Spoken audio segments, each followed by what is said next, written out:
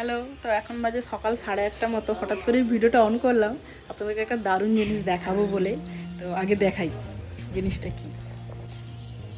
আপনারা হয়তো ভাবছেন যে টমেটো আবার দেখানোর কি আছে, কারণ এই কারণে দেখাচ্ছি, এই টমেটোগুলো হলো প্যারিসের টমেটো। আমরা যখন প্যারিসে ছিলাম তো সেই সময় আমরা ওই টমেটোর এই ছোট ছোট টমেটোগুলোর বীজ নিয়ে এসেছিলাম শুকনো করে।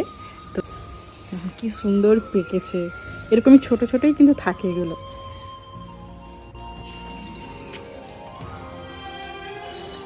একটা তুলি, ছোটটাই তুলি, আপাতত আপনাদেরকে তুলে দেখাইছি। এই যে একটা তুললাম ছোট।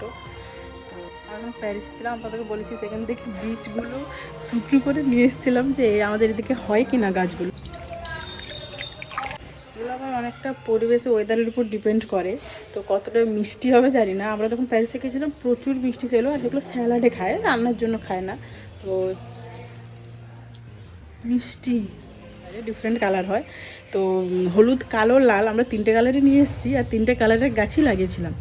আর এগুলো এইরকমই ছোট ছোট হয়, এরকমই ছোট ছোট হয়, এর থেকে আর বড় হবে না। এটা পেকে হলুদই হবে, লাল হবে না। লালের গাছটা আলাদা জায়গায় লাগানো হয়েছে, সেটা আপনাদেরকে পরের ভিডিওতে দেখাবো। আর খুব মিষ্টি খেতে, আপনাদেরকে তো বলেছি আগে।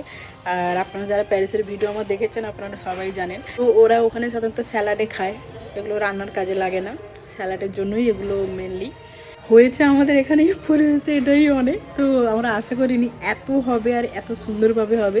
কি সুন্দর ছোট গোল গোল দেখুন, ফুলের মতো, পুরো টক ফুল যে হয় সেই ফুলের মতো করে এখন ছোট ছোট।